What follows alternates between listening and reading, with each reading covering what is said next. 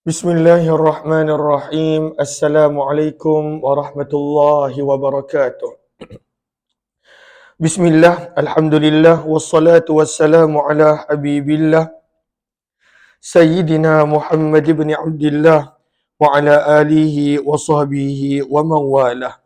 Subhanaka la ilma lana illa ma 'allamtana innaka antal alimul hakim. Wa la hawla wa la quwwata illa billahil aliyyil azim. Allahumma rabbi syrah lana sudurana wa yassir lana umurana wahlul 'uqdatam min alsinatina yafqahu aqwalana. Allahumma fakkihna fid din wa 'allimna at-ta'wil. Allahumma alhimna marashid umurina wa a'idhna min shururi anfusina birahmatika ya rabbal alamin walhamdulillahi rabbil alamin. Alhamdulillah summa alhamdulillah. Apa khabar sahabat-sahabat semua? Selamat malam. Salam pertemuan kembali dalam bacaan hadis kitab Sunan Imam Tirmizi rahimahullahu ta'ala. Dah tiba pada siri yang ke-220. Alhamdulillah. Dan kita telah tiba pada riwayat 3125.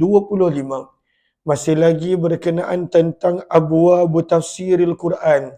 Hadis-hadis yang menceritakan tentang tafsir ayat-ayat Al-Quran, dan kita nak sambung pada kali ini pada riwayat 3125 di mana Imam Tirmizi membawakan satu hadis berkenaan tentang penulisan Al-Quran pada zaman Uthman bin Affan radhiyallahu taala anhu. Semalam telah dibawakan kepada kita tentang pengumpulan Al-Quran pada zaman Khalifah Abu Bakar.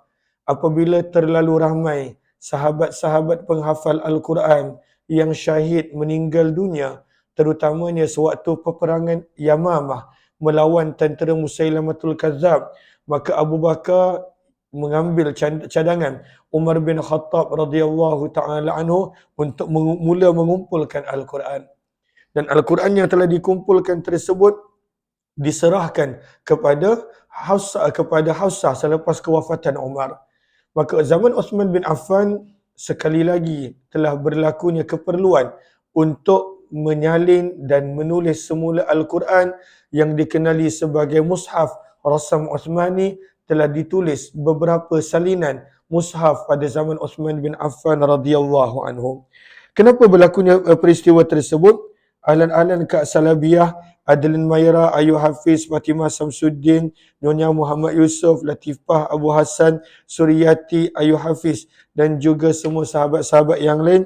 Kita nak sambung riwayat 3125. Di TikTok pula ahlan-ahlan Haifa dan juga Fatimah Az-Zahra serta semua sahabat-sahabat yang lain. Riwayat 3125 menceritakan tentang penulisan semula Al-Quran pada zaman Uthman bin Affan radhiyallahu anhu. Wa bi ilahi qala hadatsana Muhammad bin Bashar qala hadatsana Abdul Rahman bin Mahdi qala hadatsana Ibrahim bin Sa'd an Az-Zuhri an Anas. Daripada Anas radhiyallahu taala anhu, sesungguhnya Huzaifah ibn al-Yaman qadima ala Uthman bin Affan, telah datang bertemu dengan Uthman bin Affan. Huzaifah ibn al-Yaman. Wa kana yughazi ahla Syam, dan adalah Huzaifah radhiyallahu taala anhu telah mempersiapkan untuk peperangan penduduk Syam bersama penduduk Iraq di dalam pembukaan kota Armaniyah dan Azerbaijan. Pada waktu itu Islam dah sampai Azerbaijan, Armenia dan sebagainya. Maka Huzaifah ibn Yaman radhiyallahu anhu ada dan melihat bagaimana Islam telah mula tersebar. Maka telah berlaku satu peristiwa yang mana Huzaifah ibn Yaman telah berjumpa dengan Khalifah Uthman bin Affan. Maka dia berkata, apa kata perawi? Fara'a Huzaifah. Maka Huzaifah ibn Yaman telah melihat ikhtilafahum, bagaimana umat Islam bercanggah pendapat fil Quran, tentang pembacaan Al-Quran. Faqala, maka Huzaifah bin Yaman berkata kepada Uthman bin Affan, ya Amirul Mukminin, wahai Amirul Mukminin, adrik, perbetulkanlah. Adrik di sini bermaksud at-tadaruk, yang memberi makna al-islah. Maka beliau berkata, adrik, perbetulkanlah al-ummata umat ini sebelum mereka bercanggah lebih teruk fil kitab berkenaan tentang pembacaan Al-Quran seperti mana bercanggahnya golongan Yahudi dan Nasrani. Tak nak pada waktu itu kita lihat golongan Yahudi dan Nasrani mereka mempunyai apa Bible yang berbeza, Bible yang mempunyai percanggahan antara satu sama lain. Maka janganlah umat Islam menjadi seperti itu. Kerana pada waktu itu terlalu banyaknya bacaan qiraat dan juga bacaan Al-Quran mengikut penulisan yang berbeza, penyalinan pada sahabat yang berbeza dan sebagainya. Fa'arsala, maka Uthman bin Affan telah mengutuskan seseorang kepada Hafsah radhiyallahu anhu, kerana Hafsah radhiyallahu anha mempunyai Al-Quran yang telah dikumpulkan pada zaman Abu Bakar As-Siddiq daripada salinan para sahabat yang mereka telah salin di hadapan Nabi sewaktu wahyu turun. Maka Abu Bakar telah ambil hanya Al-Quran yang telah ditulis di hadapan Nabi sallallahu alaihi wasallam dan disimpankan di dalam satu simpanan. Tapi masih lagi dalam penulisan tangan sahabat-sahabat radhiyallahu anhum tersebut. Dan ianya berkekalan dalam keadaan begitu pada zaman Umar bin Khattab di sisi Hafsah. Maka Uthman bin Affan telah minta simpanan Al-Quran yang ditulis oleh para sahabat radhiyallahu anhum sewaktu mereka berada di hadapan Nabi sallallahu alaihi wasallam sewaktu penurunan wahyu. Maka berkata Uthman kepada Hafsah, arsili ilaina, hantarkanlah kepada kami bisuhufi dengan lembaran-lembaran yang kamu miliki.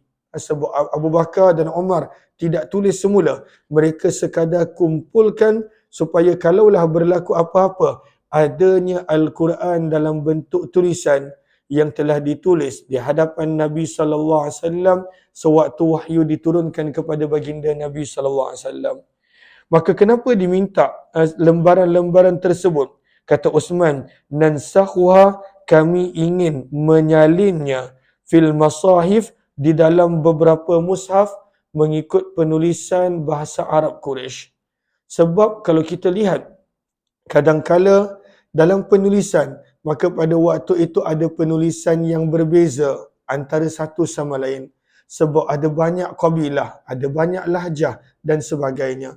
Maka Uthman bin Affan nak menyatukan umat Islam hanya dengan penulisan seperti mana yang orang Quraisy pada waktu itu gunakan, sebab Nabi sallallahu alaihi wasallam daripada kalangan Quraisy dan Al-Quran diturunkan kepada baginda Nabi sallallahu alaihi wasallam sebelum Nabi sallallahu alaihi wasallam memberikan keizinan untuk Al-Quran dibaca ala sab'ati ahruf, pada waktu itu dengan lahjah dan juga bahasa kabilah yang berbeza untuk memudahkan mereka.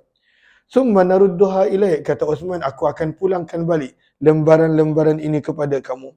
Fa arsalat Hafsah, maka Hafsah telah mengutuskan kepada Uthman bin Affan dengan lembaran-lembaran yang beliau telah simpan daripada zaman ayahnya Umar bin Khattab radhiyallahu anhu. Maka siapakah yang Uthman bin Affan pilih untuk menyalin Al-Quran dalam bahasa Quraisy? Fa arsala, maka Uthman bin Affan telah mengutuskan seseorang kepada Zaid bin Thabit. Zaid bin Thabit satu-satunya orang Ansar yang ada di dalam lajnah ini.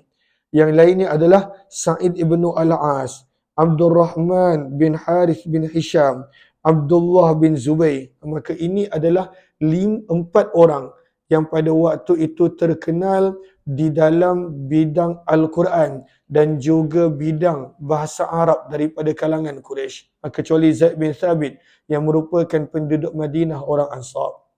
Maka apakah perintah Uthman bin Affan kepada mereka? Aninsakhus suhufa, lembaran-lembaran Al-Quran yang Abu Bakar radhiyallahu anhu kumpulkan melalui Zaid bin Thabit pada zaman pemerintahannya, dengan melalui penulisan para sahabat sewaktu Nabi sallallahu alaihi wasallam masih hidup di hadapan Nabi, salin balik lembaran-lembaran tersebut fil masahif dan jadikan beberapa mushaf. Waqala, dan Uthman bin Affan berkata, lirrahtil qurasyiyin thalatha, kepada 3 orang yang ada di dalam lajnah tersebut daripada kalangan Quraisy, iaitu Sa'id bin As, Abdul Rahman bin Harith bin Hisham dan Abdullah bin Zubair. Kata Uthman bin Affan, antum wa Zaid bin Thabit makhtalaftum, apa jua perbezaan pendapat yang kamu ada dalam cara penulisan bersama dengan Zaid bin Thabit, faktubuhu bilisani Quraisy, maka salinlah Al-Quran tersebut dalam bahasa Quraisy. Kenapa? Fa innama nazala bilisanihim, kerana Al-Quran diturunkan kepada baginda Rasul sallallahu alaihi wasallam dan baginda adalah berbangsa Quraisy. Kata para ulama, ay awalan, maka awalnya Al-Quran diturunkan dalam bahasa Quraisy, kemudiannya summa rukhisa an yaqra'a bisairil lughat, kemudian Nabi SAW pada waktu itu untuk kemudahan orang-orang Arab yang baru masuk Islam, dan pada waktu itu tak ramai pun mereka yang mahir dalam menulis membaca, maka Nabi SAW izinkan melalui kebenaran daripada Allah untuk Allahumma salli ala Sayyidina Muhammad, setiap kabilah membaca Al-Quran berdasarkan lahjah mereka, berdasarkan dialek bahasa Arab mereka. Maka Uthman bin Affan nakkan orang semua kembali kepada penulisan Al-Quran mengikut cara bahasa Arab Quraisy, lahjah Quraisy, dialek Quraisy. Hatta lalu mereka telah menyalin as-suhufa, lembaran-lembaran daripada penulisan para sahabat yang mereka tulis pada zaman Nabi fil masahif, dan mereka menjadikan beberapa mushaf, yang mana inilah dikenali sebagai mushaf Rasam Uthmani, mushaf yang telah ditulis pada zaman Uthman bin Affan radhiyallahu anhu.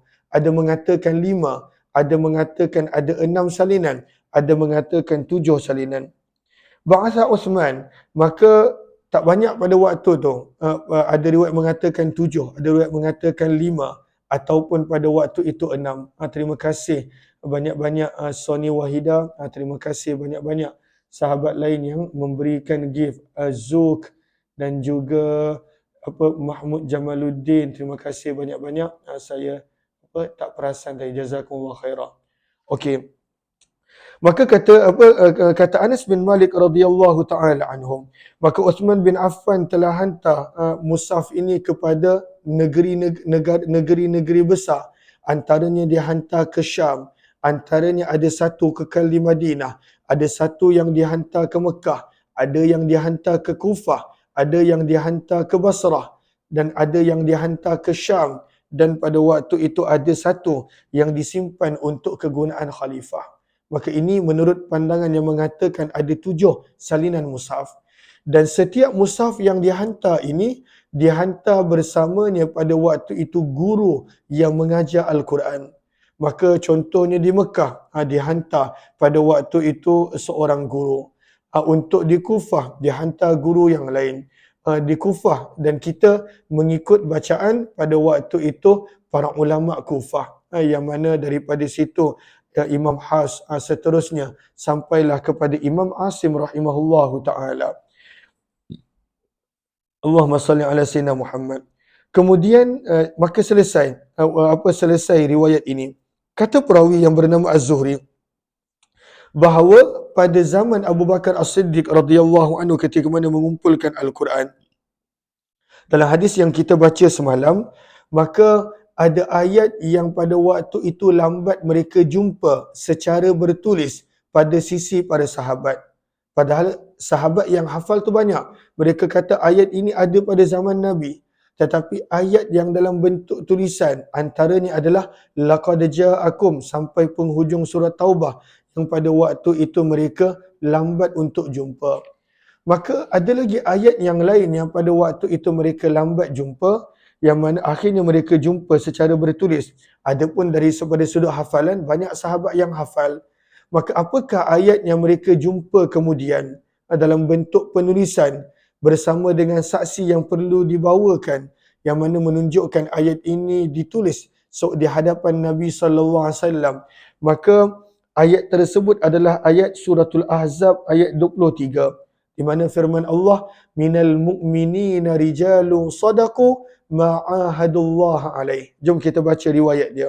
Maka secara ringkasnya, ada dua ayat yang pada waktu itu Zaid bin Thabit hafal ayat tersebut bersama dengan para sahabat yang lain. Tetapi secara bertulis, mereka pada waktu itu jumpa lambat ayat ini secara bertulis, dan mereka jumpa ayat ini di sisi sahabat yang bernama Khuzaimah bin Thabit radhiyallahu anhu. Berkata Zuhri, wa hadatsani Kharijah bin Zaid anna Zaid bin Thabit, berkata Zaid bin Thabit, faqadtu ayah, aku tidak menjumpai satu ayat daripada suratul Ahzab yang aku telah dengar dan hafal sewaktu Nabi SAW masih hidup, dan Nabi membaca ayat ini. Itulah ayat yang ke-23 suratul Ahzab, minal mu'minina rijalun sadaqu ma'ahadullah alaih faminhum man qada nahbah wa minhum man yantazir. Faltamastuha. Maka kata Zaid bin Thabit, sewaktu beliau kumpulkan Al-Quran pada zaman Abu Bakar. Apa beza zaman Abu Bakar dan zaman Uthman bin Affan? Zaman Abu Bakar, kerana masih banyak lagi sahabat yang hafal Al-Quran yang masih hidup, Abu Bakar sekadar mengumpulkan Al-Quran yang telah ditulis pada zaman Nabi SAW di hadapan Nabi beserta dengan saksi yang menjadi saksi bahawa sahabat ini, orang ini telah tulis Al-Quran di hadapan Nabi SAW. Maka Abu Bakar ambil lembaran yang telah ditulis itu dan beliau simpan, supaya kalaulah datang satu masa sahabat-sahabat yang hafal Al-Quran meninggal dunia, boleh jadikan apa yang dikumpulkan ini sebagai rujukan. Itu zaman Abu Bakar. Apa pula yang Uthman bin Affan buat? Uthman bin Affan pada waktu itu ambil lembaran yang telah dikumpulkan ini dan dia perintahkan 4 orang, 3 Quraisy dan 1 daripada kalangan Ansar, Zaid bin Thabit, untuk salin dan tulis semula Al-Quran mengikut lahjah dan dialek orang Quraisy. Dan pada waktu itu dihantar bersama dengan guru yang mahir untuk mengajarkan Al-Quran ke seluruh jajahan umat Islam. Itu beza antara zaman Abu Bakar, pengumpulan, dan zaman Uthman bin Affan, penyalinan radhiyallahu anhuma. Okey, Allahumma salli ala faltamastuha, maka aku cari ayat 23 surah Al-Ahzab yang aku dengar Nabi SAW baca, dan ayat ini aku jumpai bersama dengan Khuzaimah bin Thabit ataupun Abu Khuzaimah. Fa'alhaqtuha, maka aku telah meletakkan ayat tersebut pada tempatnya. Berkata Zuhri lagi, fakhtalafu, maka sahabat-sahabat yang 4 orang yang menyalin Al-Quran ini, mereka pada waktu itu telah bercanggah berkenaan tentang cara penulisan perkataan At-Tabut yang ada dalam suratul Baqarah. At-Tabut. Maka At-Tabut ini adakah ditulis dengan ta panjang ataupun ditulis dengan ta marbutah, ta bulat? Maka orang-orang Quraisy berkata bahawa dalam bahasa Quraisy ditulis dengan ta panjang. Zaid bin Thabit pula berkata bahawa dalam bahasa kami penduduk Madinah ditulis dengan ta bulat. Maka farufi ikhtilafuhum, mereka telah ajukan perbezaan pendapat mereka kepada Uthman bin Affan yang merupakan khalifah pada waktu itu. Maka Uthman bin Affan berkata, uktubuhu, tulislah dengan ta panjang kerana itu adalah bahasa Quraisy dan Al-Quran diturunkan kepada Nabi dan Nabi SAW adalah berbangsa Quraisy. Qala Zuhri, berkata Zuhri lagi, pada bahagian terakhir ini nak menerangkan ada seorang sahabat yang sangat-sangat terasa. Okey. Siapakah sahabat ini? Beliau sahabat lama. Orang tua, sahabat lama. Dan beliau sangat mahir berkenaan tentang ayat-ayat Al-Quran, tafsiran Al-Quran. Beliau adalah Abdullah bin Mas'ud radhiyallahu anhu. Bila Abu Bakar pada waktu itu pilih orang muda yang bernama Zaid bin Thabit untuk mengumpulkan Al-Quran, dan Uthman bin Affan dia pilih orang yang sama beserta dengan 3 lagi orang Quraisy untuk misi penyalinan Al-Quran, maka Abdullah bin Mas'ud terasa. Abdullah bin Mas'ud terasa. Maka Abdullah bin Mas'ud radhiyallahu ta'ala anhu, beliau tidak menyukai Zaid bin Thabit kerana pada waktu itu beliau tak dipilih untuk dalam perkara yang berkaitan dengan Al-Quran. Dan pada waktu itu adalah pandangan beliau. Ada sebab kenapa Abu Bakar dengan pilihannya dan dengan Uthman bin Affan dengan pilihannya. Nak menunjukkan kepada kita dalam membuat keputusan akan ada yang terasa dan akan ada pada waktu itu yang tidak suka. Termasuklah pada zaman para sahabat radhiyallahu anhum. Maka Abdullah bin Mas'ud radhiyallahu anhu pada awalnya dia tak nak menggunakan mushaf yang Uthman bin Affan telah tulis. Beliau tak nak gunakan. Dan beliau pada waktu itu kata dengan anak murid dia untuk kekal menggunakan mushaf beliau. Apa yang beliau telah tulis pada zaman Nabi SAW. Yang mana ada sedikit sebanyak perbezaan. Namun kemudiannya pada waktu itu tak ada. Cuba tengok dekat boleh. Tengok dekat bawah ke mana. Yang mana kemudiannya akhirnya semua telah menggunakan mushaf yang telah ditulis oleh Uthman bin Affan radhiyallahu anhu.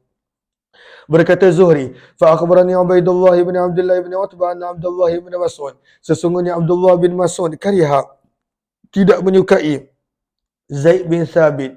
Kenapa beliau tak suka Zaid bin Thabit? Naskhal masaif, disebabkan penyalinan mushaf Al-Quran.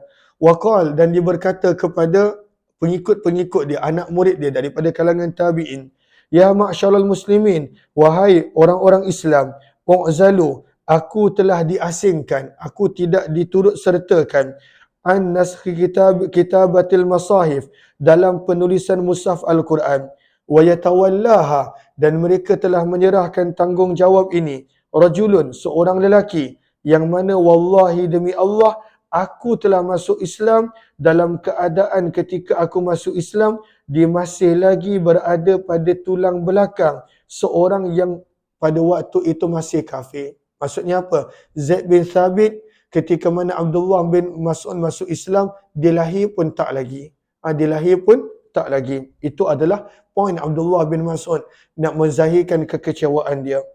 Namun kedua-duanya sahabat radhiyallahu anhum yuridu Zaid bin Thabit. Abdullah bin Mas'ud masukkan Zaid bin Thabit. Walizalika, oleh itu Abdullah bin Mas'ud pernah berkata, ya ahlal Iraq, wahai penghuni Iraq. Kerana Abdullah bin Mas'ud duduk di Iraq. Kemudiannya beliau berkata kepada anak murid dia, wahai penduduk Iraq, uktumu, sembunyikanlah al-masahif allati indakum, mushaf-mushaf yang kamu salin daripada aku di sisi kamu. Bukan mushaf Uthman bin Affan. Sebab Uthman bin Affan radhiyallahu hantar mushaf ke Iraq, Kufah dan Basrah, hantar bersama dengan guru. Maka Abdullah bin Mas'ud kata, apa yang kamu salin daripada aku, daripada Al-Quran, kamu sembunyikan. Kerana khalifah pada waktu itu perintahkan semua mushaf-mushaf selain daripada mushaf yang telah disalin oleh khalifah, semuanya mesti dibakar, dikumpul dan dibakar. Khalifah nak semuanya hanya menggunakan mushaf yang telah disalin oleh 4 orang yang beliau telah lantik supaya nak mengelakkan daripada pergaduhan, perbezaan, percanggahan. Pada waktu itu disebabkan lahjah bahasa Arab berbeza yang Nabi SAW pernah izinkan mereka untuk baca. Maka pada waktu itu nak kembali kepada hanya satu mushaf sahaja. Maka kata Abdullah bin Mas'ud, sembunyikan, sorok, simpan mana-mana mushaf yang kamu ada di sisi kamu daripada apa yang kamu dapat daripadaku. Wa ghulluha, dan sembunyikanlah. Kerana Allah berfirman, wa man yaghlul, dan barang siapa, wa man yaghlul ya'ti bima ghalla yaumal qiyamah, yang mana kita lihat dalam surah Ali Imran ayat 61. Allahumma salli ala Sayyidina Muhammad. Maka firman Allah Subhanahu wa ta'ala, bukan surah Ali Imran, surah An-Nisa. Ayat surah Ali Imran ayat 161, minta maaf. Okey. Maka firman Allah Subhanahu wa ta'ala pada ayat 161 surah Ali Imran, firman Allah, wa man yaghlul ya'ti bima ghalla yaumal qiyamah. Yang mana Allah berfirman, dan sesiapa yang menyembunyikan sesuatu dia perlu bawa apa yang dia sembunyikan pada hari kiamat. Maka berkata Abdullah bin Mas'ud, fa'alqaw Allah bil masahif. Maka biarlah pada waktu itu kita tunjukkan kepada Allah tentang mushaf-mushaf kita. Biarlah Uthman bin Affan dengan mushaf dia, dan kita, apa yang kamu belajar daripada aku dengan mushafku. Maka pada awalnya Abdullah bin Mas'ud dia tidak boleh terima kerana dia tidak diturut serta dalam keadaan memang tak dinafikan. Abdullah bin Mas'ud adalah seorang yang sangat-sangat mahir dalam bidang Al-Quran. Bahkan pada zaman Umar bin Khattab pernah bertanya soalan dan Abdullah bin Mas'ud jawab dengan ayat Al-Quran. Dia sangat faham tentang ayat Al-Quran. Tetapi pada waktu itu perbuatan beliau ini, kata Az-Zuhri, فَبَلَغَنِي أَنَّ ذَلِكَ كَرِهَ مِنْ مَقَالَةِ ابْنِ مَسْعُودٍ رِجَالٌ مِنْ أَفَاضِلِ أَصْحَابِ رَسُولِ اللَّهِ. Banyak sahabat-sahabat Nabi yang terkemuka tidak suka dengan cara Abdullah bin Mas'ud pada waktu itu mempunyai perbezaan pendapat daripada ketetapan Khalifah Uthman bin Affan radhiyallahu anhu, namun akhirnya umat Islam kembali kepada satu mushaf, dan itulah mushaf yang kita guna, yang lebih dikenali sebagai mushaf Rasam Uthmani. Kita sambung nanti surah Yunus insya-Allah kemudian. Terima kasih semua. Bila taufiq wal hidayah. Assalamualaikum warahmatullahi wabarakatuh.